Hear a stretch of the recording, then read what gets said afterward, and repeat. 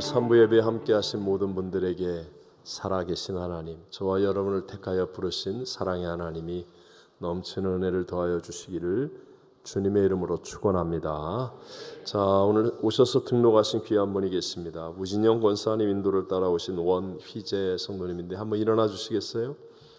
저기 계시네. 주 이름으로 환영하고 축복합니다. 감사합니다. 참 잘 오셨습니다. 오늘도 예수님의 은혜가 또 좋은 일이 저와 여러분에게 임할 줄로 믿습니다. 자, 우리 한번 따라해 보겠습니다. 사람의 관점인가? 주님의 관점인가? 하나님의 은혜와 교회의 중보 기도로 유럽총회 부활절 연합 금식 성회를 잘 인도하고 돌아왔습니다. 여러분도 경험하시겠지만 힘들고 어려운 일일수록 그 피드백이 더 확실하게 남는 것처럼 이번 성회가 저에게는 그런 것 같습니다. 11시간의 비행과 3시간이 넘는 자동차 이동, 그리고 9시간의 시차와 도착한 저녁부터 시작해서 하루 4번씩 예배를 인도하기에는 정말 모든 스케줄이 너무 벅찼지만, 그러나 약한 만큼 하나님이 더 강하게 역사해 주셔서 유럽 총회 46회 동안의 연합 금식 성회 중에 가장 많은 인원들이 참석하여서 뜨겁게 기도하는 은혜가 충만한 그런 성회가 되었습니다. 그러면서 제가 깨닫게 된 그 한 가지가 있어요. 물론 여러 가지 중에 가장 기억에 남는 그 한 가지가 바로 제 관점이 세상 소식과 정보들로 인해서 나도 모르는 사이에 상당히 부정적이 되어버렸었다라는 것이었습니다. 유럽의 교회들은 다 문을 닫거나 노령화되어서 기독교는 쇠락해 가는 반면에 이슬람은 이민자들과 자녀 출산위에서 강력하게 일어나고 있다는 그 상황 정황만으로 그런 가운데서도 강력하게 역사하고 계시는 하나님을 깊이 생각하지 못하고 있었음을 깨닫게 된 것이었습니다. 그래서인지 성회를 인도하는 내내 제가 먼저 회개하는 마음을 갖게 되었고, 그리고 문제보다 크신 하나님, 대적보다 크신 하나님을 더 많이 깊이 체험할 수 있게 되었습니다. 자, 오늘 본문에 나오는 제자들의 모습이 그러한 제 모습과 같다라는 생각을 해보았습니다. 제자들이 예수님과 함께 길을 가다가 날 때부터 맹인이 된 사람을 보게 됩니다. 그 상황에서 제자들은 그 사람이 맹인이 된 것은 자기의 죄나 아니면 부모의 죄 때문일 것이라는 그런 관점을 가지고 보았는데, 그런데 거기에 비해서 예수님께서는 전혀 다른 관점으로 말씀을 하십니다. 동일한 사람, 동일한 사건에 대해서 예수님과 제자들의 관점이 서로 다르다는 사실을 성경은 우리에게 말씀하고 있는 것이죠. 관점, 퍼스펙티브라고 하는 이 말의 사전적인 뜻은 사물이나 현상을 관찰할 때 그 사람이 보고 생각하는 태도나 방향 또는 처지라고 되어 있습니다. 그러니까 오늘 3부 예배를 드리는 모든 성도님들도 각기 자기 나름대로의 관점을 가지고 있다. 그리고 그 관점은 바뀔 수 있다라는 것을 우리에게 알려주지요. 한국의 어느 집사님이 예배 때 범사에 감사라는 말씀을 듣고 아주 큰 은혜를 받아서 그래서 한번 그리 살아보겠다고 결단을 합니다. 그리고 그 다음 월요일 날 아침에 이제 출근을 하는데 좀 복잡한 시간을 피해서 지하철을 타고 사업장을 향해 가고 있었는데요. 몸이 불편한 장애인이 타니까 한 젊은 분이 벌떡 일어나더니 자리를 양보하려고 하는 거예요. 정말 감사한 일이다 라고 생각하고 있는 그 순간에 그 자리 옆에 서 있던 용감한 한국 아줌마가 잠깐만 하면서 자기의 손가방을 그 빈자리에 던지는 거예요. 그리고는 동작이 불편하여 느릴 수밖에 없는 장애인을 앞질러서 진짜 얌체같이 그 자리에 자기가 가서 싹 앉는 거예요. 그 광경을 본 집사님은 물론 주변의 모든 사람들이 다 불쾌해 했었습니다. 그런데 이 집사님 마음속에서 내가 어제 범사에 감사하겠다고 결단했던 것이 생각이 나는 거예요. 그러면서 과연 이런 상황에서도 내가 감사할 수 있을까라는 의문이 들더랍니다. 그리고 잠깐 하나님 내가 정말 감사할 수 있나요? 이렇게 묵상하는데 갑자기 의심이 감사로 바뀌면서 자기도 모르게 이런 외침이 터져 나왔다는 거예요. 하나님 감사합니다. 이 여자가 제 아내가 아닌 것이 너무 감사합니다. 그래서 그 소리를 들은 주변 사람들이 다 웃었고 집사님은 이런 상황에 내가 이렇게 관점을 바꾸어서 생각할 수 있다는 사실에 하루 종일 감사하는 마음이 넘쳤었다라고 했습니다. 여러분, 관점이 바뀌면 해석이 바뀌고 해석이 바뀌면 우리의 삶도 바뀌어지게 되어 있다는 것이죠. 자, 오늘 저는 여러분과 함께 사람의 관점인가 주님의 관점인가 라는 제목으로 하나님께서 이 마지막 시대를 살고 있는 저와 여러분에게 주시는 두 가지 은혜를 함께 나누고자 합니다. 첫 번째, 오늘 본문에서요, 사람의 관점은 과거 지향적이지만 주님의 관점은 미래 지향적이다라는 것이죠. 다시 한번 해볼까요? 사람의 관점은 어떻다고요? 과거 지향적. 주님의 관점은 미래 지향적. 자, 이게 다르죠. 다른 관점이더라. 오늘 본문 2절에 보면요, 제자들이 그 날 때부터 맹인된 사람을 보면서 예수님께 묻는 거예요. 랍비요, 이 사람이 맹인이 된 것은 맹인으로 난 것이 누구의 죄로 인함이니까? 자기니까? 그의 부모니까? 라고 묻는 거예요. 쉽게 말하면 지금 이 사람이 맹인으로 고통받고 있는데 이게 과거에 누구 죄 때문이에요? 부모 죄 때문이에요? 저 사람이 잘못해서 그런 거예요? 라고 하는 과거 지향적인 관점이죠. 그런데 예수님은 그와 같은 제자들의 질문에 전혀 다른 관점으로 대답을 하십니다. 오늘 본문 3절을 우리 다 같이 한번 읽어봅니다. 예수께서 대답하시되 이 사람이나 그 부모의 죄로 인한 것이 아니라 그에게서 하나님이 하시는 일을 나타내고자 하심이라. 아멘. 예수님은요, 제자들과 다르게 맹인의 고통이 과거의 누구의 죄 때문이 아니다, 그런 관점으로 생각하지 말라 하면서 미래에 일어날 하나님의 영광을 위한 일이 될 것이다 라는 미래지향적인 관점으로 지금 말씀하고 있습니다. 여러분, 역사의 주도권을 가지고 있었던 서구 세계의 심리학에서 가장 큰 영향을 미쳤던 한 사람이 프로이트입니다. 이 사람은요, 과거의 트라우마, 여러분 트라우마라는 말을 많이 들어보셨죠? 요즘 심리적인 외상이라는 뜻인데 이 과거의 트라우마가 현재의 나를 지배한다고 보는 원인론을 이 심리학을 만들었습니다. 그래서 자꾸만 사람들이 어떤 불편함, 행복하지 못함, 문제, 어려움을 만나면 자꾸만 과거를 돌아보게 하는 거죠. 과거에 그런 상처가 있어서 지금 네가 이런 거야. 그러면서 기억나지도 않는 어린 시절의 생각들까지 끄집어내려고 자꾸만 과거를 돌아보게 하는 그런 원인론으로 많은 사람들을 힘들게 하고 있습니다. 그러나 정말 다행스럽고 감사하게도 제가 여러분에게 읽어보기를 꼭 권했던 미움받을 용기라는 책이 있잖아요. 그 책으로 우리에게 유명해진 아둘러라고 하는 심리학자는 정반대로 개인은 각자가 설정한 목적에 따라서 오늘의 내가 정해진다라는 목적론을 주창합니다. 그러니까 앞을 바라보게 하는 믿음과 마찬가지로 미래지향적인 태도를 갖는데 도움이 되는 그런 심리학을 잘 전개해내었습니다. 우리 동양 문화에 자리 잡고 있는 그 불교 문화의 영향, 우리 한국 사람들도 이런 영향 가운데 살면서 잘못된 윤회 사상이라는 게 알게 모르게 우리의 삶과 말에 젖어 있습니다. 그래서 옛날 어르신들 가운데는요, 뭔가 나쁜 일이 생기거나 자녀에게 잘못된 일이 생기거나 하면 뭐 그냥 아무 생각 없이 전생에 내가 죄가 많아서 뭐 이런 식의 이야기들을 하곤 합니다. 이게 바로 과거 지향적인 생각의 결정체라고도 말할 수 있습니다.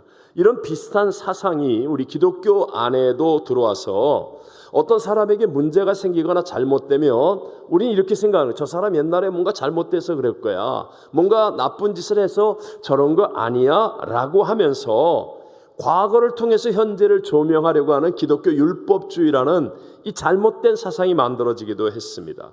모든 원인을 과거에서 찾으려고 하기 때문에 지금 역사하고 계신 하나님의 은혜, 하나님의 능력이 설 자리가 없게 만드는 정말 잘못된 신앙의 태도입니다.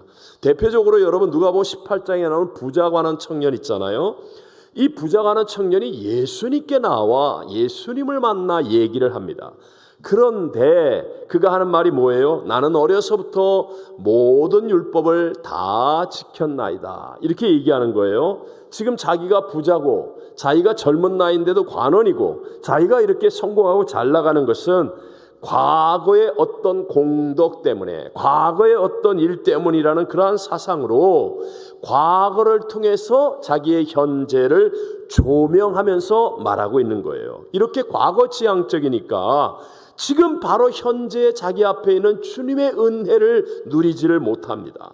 그리고 앞으로 있어야만 하는 가장 중요한 구원도 받지 못하는 하나님의 역사를 전혀 체험하지 못하는 사람이 되어버리고 마는 것입니다. 여러분, 이런 과거 중심적인 관점을 가지고 살아가면 내가 뭔가 잘하거나 좋은 일이 생기면 마치 내가 옛날에 뭔가를 잘해서 내 공덕 때문에 되어진 것처럼 교만에 빠지기가 쉽고요. 또 일이 안 되거나 어려움이 생기면 자꾸 변화시킬 수 없는 과거의 어떤 원인 때문에 지금 이 어려움과 고통이 다가왔다고 생각하며 꼼짝달싹 못하고 쉽게 포기하고 좌절하거나 절망해버리는 사람이 되어져 버릴 수밖에 없지요. 자, 늘 말씀드리지만 여러분, 세상의 모든 사람들이 갖고 있는 공통점이라는 게 그게 바로 우리 모두가 죄인이라는 겁니다. 우리가 죄를 지어서 죄인이 된 것만이 아니라 우리는 모친의 죄악 중에 출생하고 죄 중에 잉태했어요. 그래서 우리는 죄를 지을 수밖에 없는 죄인으로 태어나서 죄를 짓게 되는 겁니다. 어렸을 때 아무도 가르쳐주지 않은 거짓말을 아이들이 하고 또 엄마 아빠 없으면 동생을 막 때리고 괴롭히기도 하는 것, 과거를 돌아보았을 때 죄를 짓지 않은 사람이 한 사람도 없다는 거예요. 여러분, 학창시절에 거짓말 안 해본 사람 있어요? 왕년에 남을 괴롭혀보지 않은 사람 있어요? 옛날에 잘못하거나 실패하지 않은 삶을 너무너무 나는 깨끗하고 온전하게 살았다, 그런 사람 아무도 없다는 거예요. 모두가 다 과거에는 상처, 실패, 넘어짐, 죄, 이런 것이 있어요. 그래서 로마서 3장 10절과 21절에 보면 의인은 없나니 하나도 없으며 모든 사람이 죄를 범하였으며 하나님의 영광이 이를 자가 있다 없다라고 말씀하는 거예요. 그렇기 때문에 여러분, 지금 세상의 정사와 권세를 붙잡고 우리를 도둑질하고 죽이고 멸망시키려는 영적인 원수 마귀는 어떤 방법을 사용합니까? 우리의 과거를 통해서 나의 현재를 올무잡는 거예요. 너 옛날에 이런 짓 했잖아. 너 옛날에 이런 거짓말 했잖아. 너 어저께 밤늦도록 드라마 보고 오늘 무슨 교회 와서 아멘하고 은혜 받는다고 그래. 너 지난 주간에 싸우고 욕하고 그래놓고 네가 뭐 하나님 앞에 서서 은혜 받는 사람 되겠다고 그래. 끊임없이 우리의 과거를 통하여 죄를 지을 수밖에 없고 연약하고 넘어질 수밖에 없었던 우리의 과거를 통하여 나의 현재를 조명하면서 우리로 하여금 아무것도 할 수 없는 꼼짝달싹 못하는 그런 사람이 되도록 원수마귀가 묶어버리고 포로로 삼는다는 것이죠. 오래전에 영국의 한 청년이 장난을 친 거예요. 당시의 유명 인사들에게 어처구니 없이 장난을 쳤는데, 당시에는 인터넷이나 아니면 핸드폰이 없는 시대니까 전보를 보내는 겁니다. 전보를 쳤습니다. 당시의 영국 사회 명사들에게 다음 같은 짧은 내용의 전보를 보낸 거예요. 내용이 뭐냐? 모든 것이 들통났다, 도망쳐라. 그랬더니 놀랍게도 그 다음날 전보를 받은 대부분의 영국의 그 유명하고 훌륭한 명사들이 영문도 모른 채 다 놀라서 도망을 쳤다는 거 아닙니까? 네. 여러분, 세상이 이렇습니다. 원수마귀가 사용하는 방법이 이것입니다. 우리의 과거를 통해 나의 현재를 조명하며 우리를 꼼짝달싹 못하게 만드는 것이죠. 그러나 꼭 알아야 될 사실, 하나님은 어떻게 우리에게 해방과 자유를 주십니까? 하나님은 언제나 우리가 바라보는 미래를 통해서 나의 현재를 조명하시는 미래지향적인 관점의 주인공인 것을 믿게 되시기를 바랍니다. 내 안에 아직 현실적으로는 이루어지지 않았음에도 불구하고 미래의 꿈이 있고 바램과 소원이 있으면 하나님은 그것을 보시고 우리에게 오셔서 내 믿음대로 될지어다 라고 말씀하시는 거예요. 여러분, 우리가 잘 아는 히브리서 11장 1절의 믿음이 무엇입니까? 믿음은 바라는 것들의 실상이요 보이지 않는 것들의 증거라고 말하지 않습니까? 아직 이루어지지 않았습니다.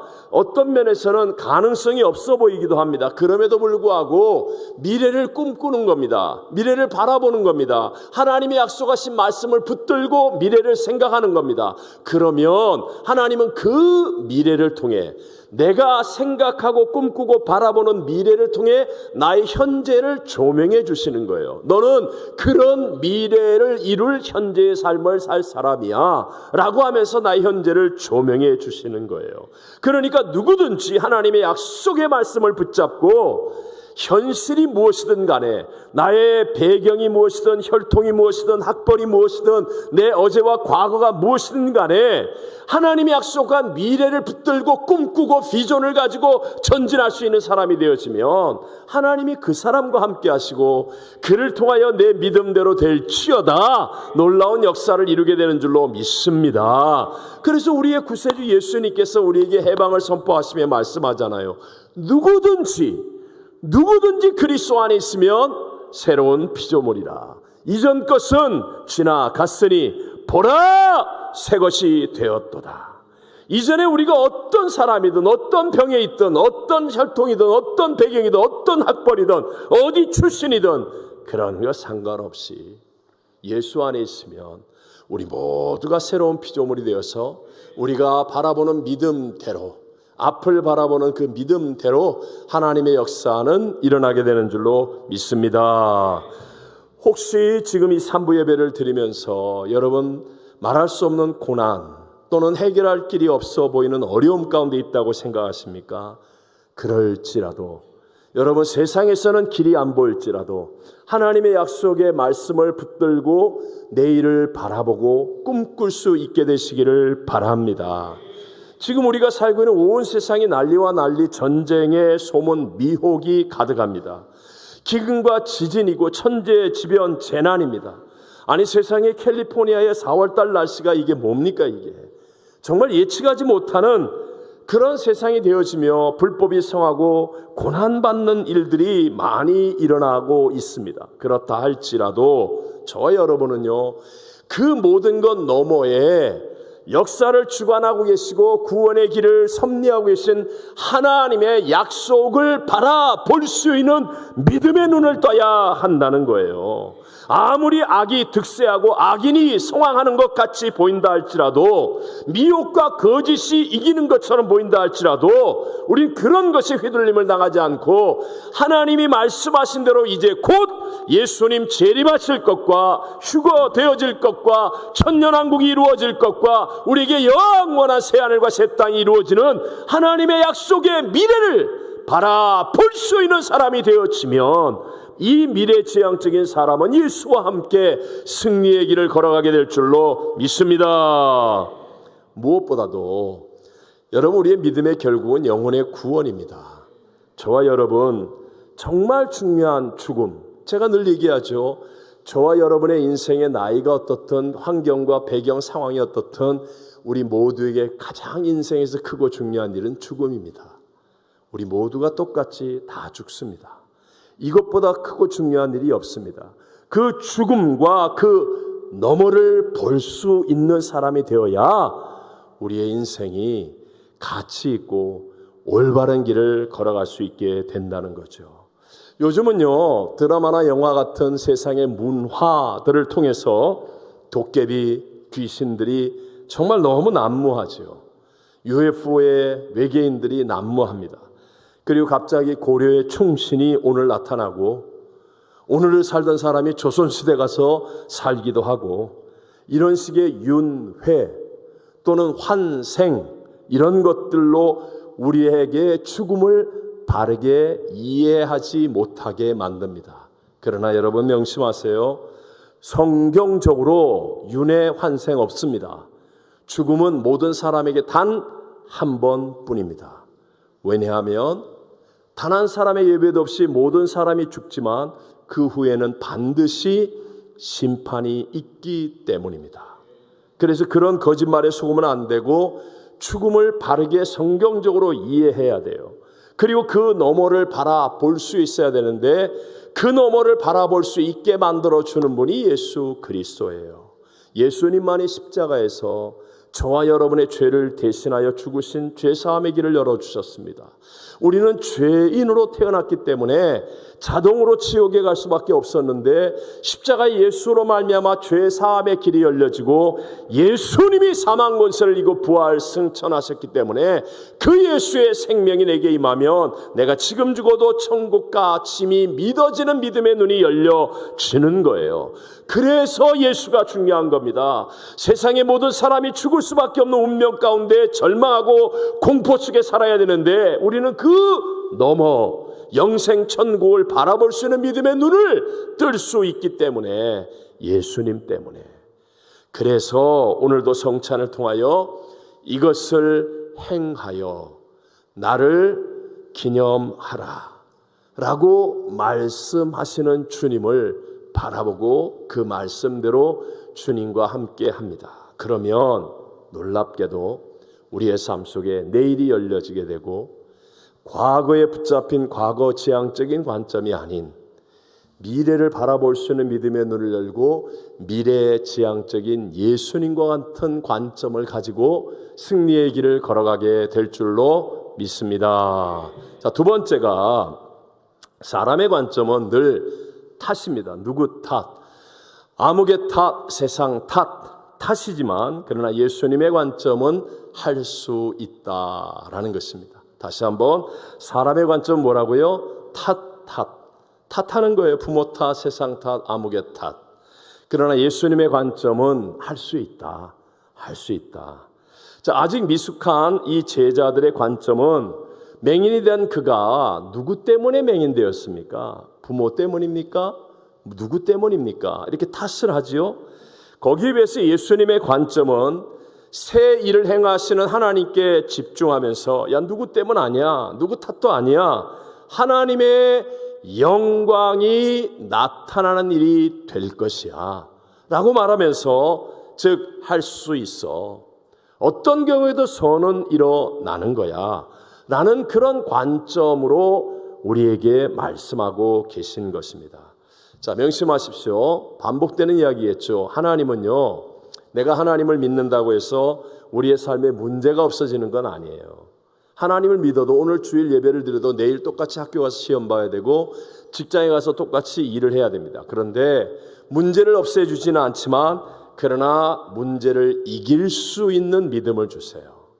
문제를 이길 수 있는 믿음을 주시면서 그것을 순종할 때 하나님의 함께 하심이 체험되어지고 하나님의 영광이 드러남이 간증되어지고 하나님께서 선을 이루심으로 인하여 기뻐하고 감격하고 승리하는 삶을 살게 되는 것입니다.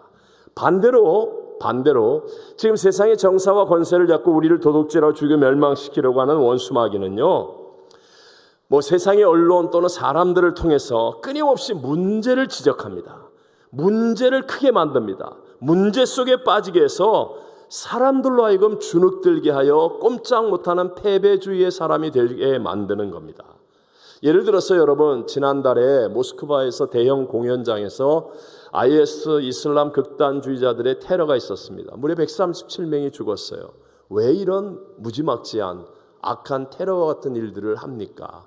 테러를 하는 이유는 바로 이런 문제를 극대화시키는 거예요. 세상 앞에 막 문제를 증거해서 사람들로 하여금 부정적인 생각을 하게 만들고 상대방을 불안에 빠뜨리게 만들고 주눅들어서 꼼짝도 못하게 만드는 최선의 방법이기 때문에 바로 이런 테러를 행하는 것이죠. 원수마귀가 이렇게 역사하죠. 언제나 교회나 또는 그리스도인들의 어떤 일부의 약점 또는 부정적인 면이 생기면 그것을 공격하여서 그것을 막 확대하는 거예요. 크게 만드는 거예요.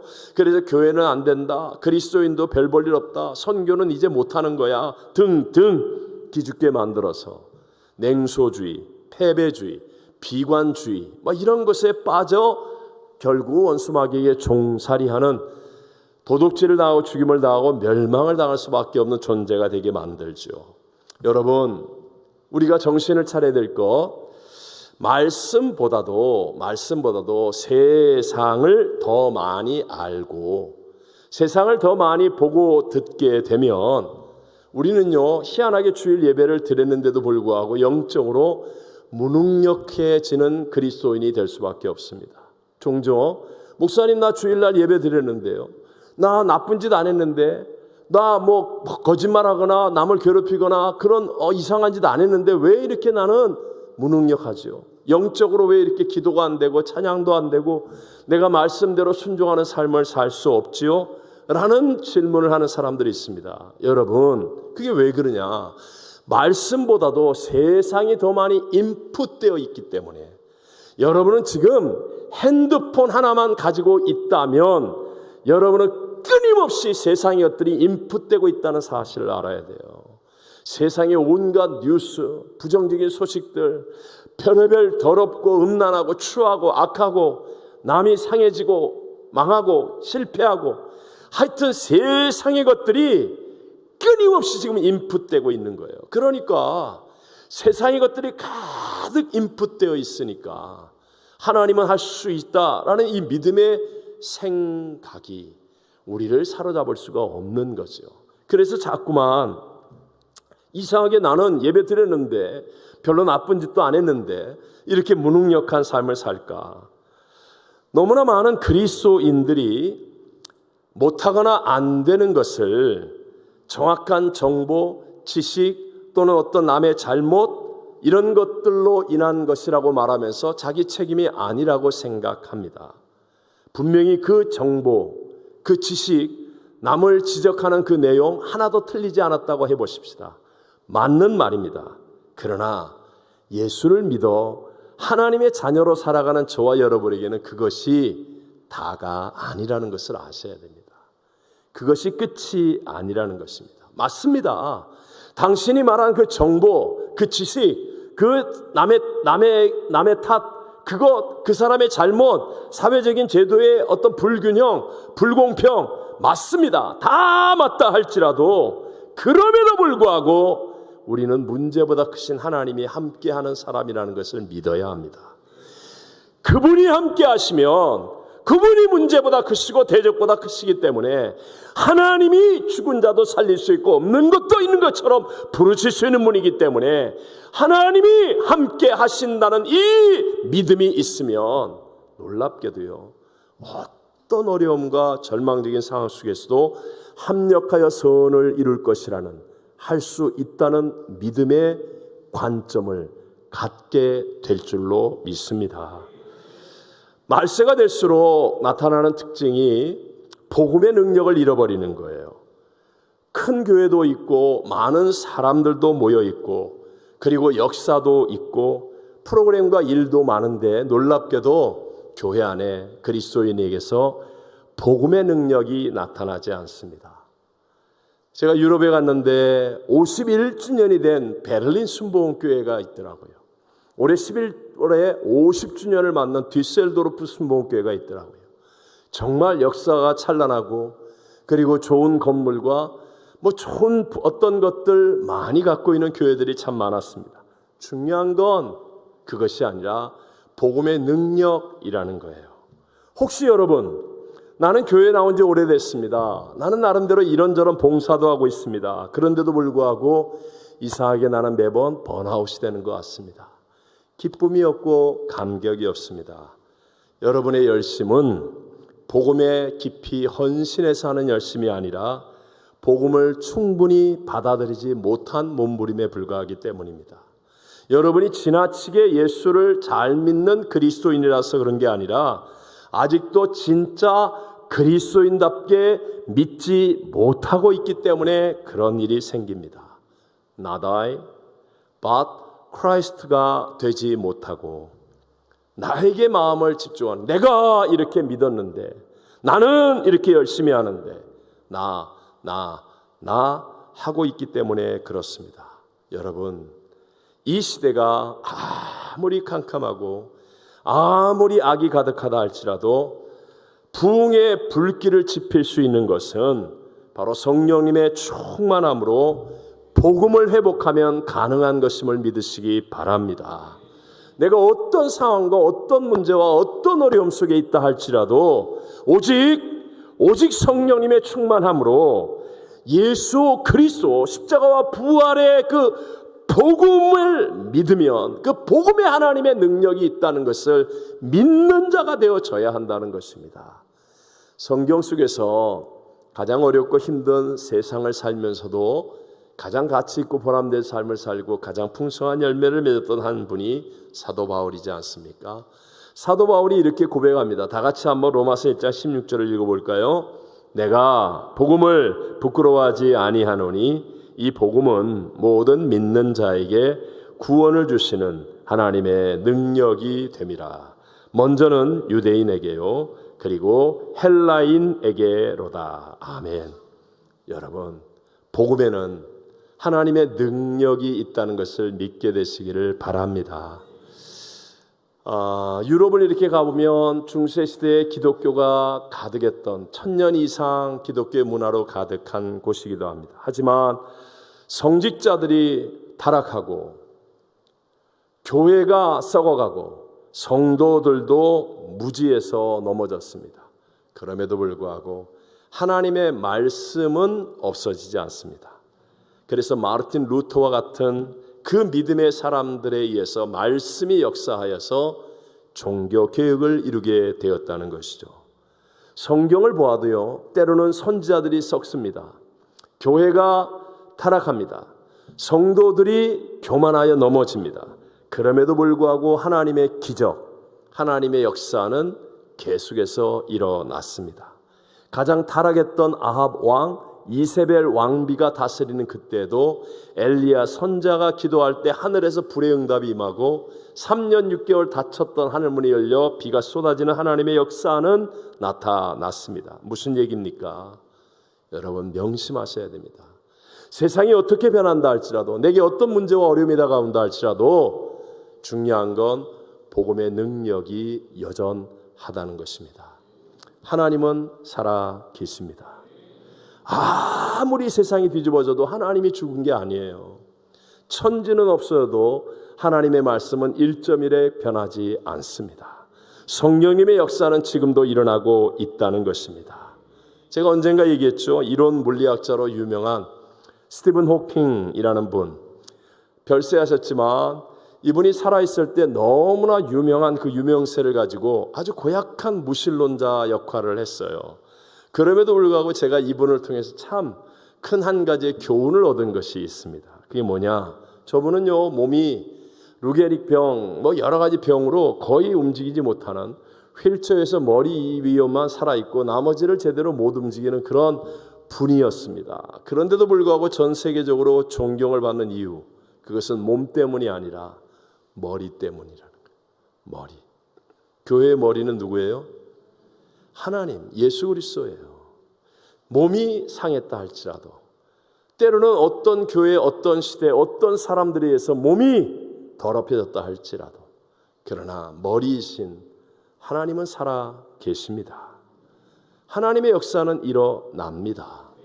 그래서 우리가 이 하나님의 역사하심을 믿는 믿음의 사람이 되는 거예요. 오늘 본문 5절에 예수님 뭐라고 그럽니까? 내가 세상에 있는 동안에는 세상의 빛이로다 했습니다. 세상이 아무리 캄캄해도 주님을 바라보는 사람에게는 빛이 비추어집니다. 밤과 어둠을 이길 수 있는 사람이 되어진다는 말이죠. 하나님은 문제보다, 하나님은 대적보다, 하나님은 불경기보다, 하나님은 질병보다, 하나님은 사망보다, 하나님은 하실 수. 여러분, 이 믿음을 가지면 내 마음속에 관점이 바뀝니다. 세상이 악해, 세상이 불공평해, 이거 다 엉터리야, 이게 나쁜 놈들이야. 맞아요. 다 맞아요. 그런데도 불구하고 그 가운데서도 하나님의 역사는 일어날 수 있다 없다? 있다. 그래서 우리가 할 수 있다는 관점을 갖는 거예요. 이 어려움과 이 불공평과 이 억울함을 통하여 하나님께서 합력하여 선을 이루시며 영광을 받으실 때가 있다 라는 이 믿음을 가지고 우리는 할 수 있다는 관점을 가지고 살아가는 것입니다. 제가 이번에 유럽총회 이 부활절 연합 금식 성회를 인도하면서요, 정말 성령님의 너무 분명한 교훈을 값지게 누렸습니다. 하나님의 가장 큰 은혜가 되새김질 되었습니다. 그건 유럽의 상황이 아무리 어렵고 기독교가 쇠락한다 할지라도 하나님의 역사는 여전히 일어나고 있더라. 네? 기도하는 사람들을 통하여 성령께서 놀랍게 역사하시면서 심령과 가정과 교회의 부흥의 불꽃이 일어나더라. 네. 이게 너무나 분명한 하나님의 사인이었고 역사였습니다. 혹시 여러분에게 지금 어떤 문제와 절망이 있습니까? 정말로 세상적으로는 해결할 길이 없어 보일 때도 있습니다. 하지만 오늘 성찬을 통해서 여러분이 주님을 만나 본다면, 그렇다면 여러분의 관점이 나는 안 돼, 끝이야, 할 수 없어가 아니라 나는 주님과 함께 할 수 있어, 주님의 영광이 나타나는 결말이 다가올 거야 라는 믿음으로 일어설 수 있게 될 줄로 믿습니다. 여러분 의사나 전문인이 어떤 절망적인 뉴스를 내게 주었다 할지라도, TV에 나오는 유명인이나 연예인이 어떤 달콤한 말을 주었다 할지라도 그런 것에 휘둘림을 당하지 않고 하나님의 약속을 부여잡고 하나님의 약속대로 되어질 것이라는 믿음으로 나는 할 수 있다라고 생각할 수 있는 사람이 될 줄로 믿습니다. 이 성찬을 통하여 여러분, 이 성찬을 통하여 나를 기념하라 하신 우리 주님께 집중하십시오. 주님의 십자가 부활을 믿는 믿음의 자리에 서십시오. 그러면 우리의 관점이 누구 때문에 세상 탓, 남의 탓하고 있는 어리석은 실패자의 자리에 있지 않고 나도 할 수 있다라고 하는 이 관점으로 변화되어 하나님의 역사하심 속에 쓰임받고 그 놀라운 하나님의 은혜를 경험하는 승리자가 될 줄로 믿습니다. 나의 관점이 바뀌어야 나의 미래도 바뀌어질 수 있습니다. 제자들처럼 과거 지향적이거나 아니면 누구 때문에 남의 탓, 누구 탓 하는 것으로는 진짜 승리자가 되지 못합니다. 예수님처럼 나에게 주신 약속의 말씀을 붙들고 미래지향적인 관점이 되어져야 합니다.